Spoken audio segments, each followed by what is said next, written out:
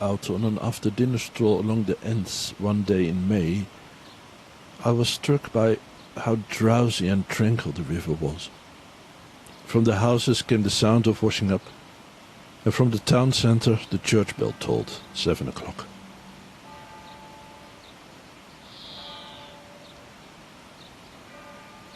At the head of the Ensweg, which from there follows the river below the back gardens, is a stone wall you can lean against and watch the water go past.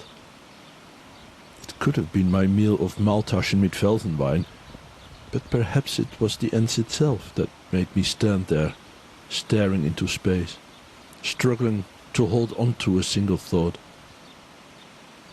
It brought to mind something I heard a few months earlier from a woman in Düsseldorf, who confided in me that her soul and the river were inextricably linked. She had been seriously ill for some time, so ill in fact that she had, as it were, stood on the riverbank waiting for the proverbial ferryman.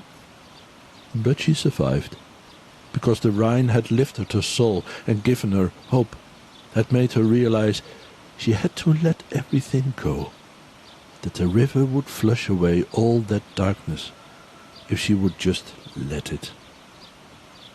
It took years, but she persevered, and it passed.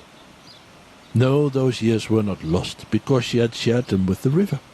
It understood her and cured her. Her husband was there when she told me this. He wore plaid trousers, and he said nothing. He had been there, too, when she was sick, and he, too, had been patient. It had rained upstream, and the murky water crashed frothing over the barriers. On the far shore, on the promontory, where the ancillary stream branches off from the main one, a few tree trunks lay in the water. They'd got stuck between the barrier and the shore. A man, around 60, in a light blue t-shirt and faded blue cap, was trying to prise one of them loose with a long pole. Before I knew it, I had stood there watching for a quarter of an hour, and the man had been at it for all that time. The trunk would shift a bit, but then fell back. He stoically kept at it, changing poles, attacking the tree trunk from one angle and then from another. He showed no sign whatsoever of impatience, despair, or frustration.